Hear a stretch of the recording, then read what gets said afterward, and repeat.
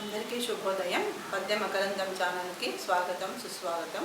చిన్నారులు, ఇంతకుముందు మనము ఎపిసోడ్లలో ఉదయము తర్వాత లేవంగానే లేచిన తర్వాత భూమిపైన దిగేటప్పుడు కొన్ని శ్లోకాలను మనము తెలుసుకున్నాము. ఈరోజు మనము ముఖ్యంగా భోజనం చేసేటప్పుడు మనం ఏదైనా సరే తినేటటువంటి సమయంలో ముందుగా ఆ దేవతను అమ్మవారిని ప్రార్థన చేయాలి. ఈ విధంగా మనం అమ్మవారిని స్తోత్రం చేయాలి.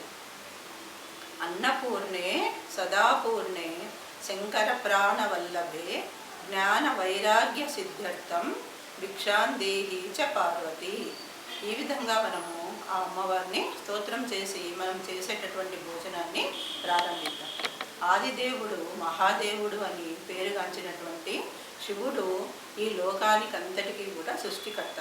అటువంటి ఆ మహాదేవుని ఇల్లాలైనటువంటి సాక్షాత్తు కాశీలో వెలిసినటువంటి అన్నపూర్ణాదేవి మనకందరికీ భోజనమును అన్నమునిచ్చేటటువంటి తల్లి కాబట్టి అటువంటి ఆ శంకరుని ఆ అమ్మవారిని మనం ఈ విధంగా స్తుతిస్తూ ప్రతిరోజు మనము భోజన సమయంలో వాళ్ళని తలుచుకుంటూ ఆ భోజనాన్ని మనం తిన్నట్లయితే అది అమృతంలాగా మనకు అన్ని రకాలైనటువంటి పోషకాలను అందిస్తుంది, మనకు మంచి ఆరోగ్యాన్ని ప్రసాదిస్తుంది. కాబట్టి చిన్నారులో తప్పకుండా మీరు ఈ ప్రార్థనా శ్లోకాన్ని నేర్చుకొని తప్పకుండా ఆచరించవలసిందిగా నేను కోరుకుంటున్నాను. జై హింద్.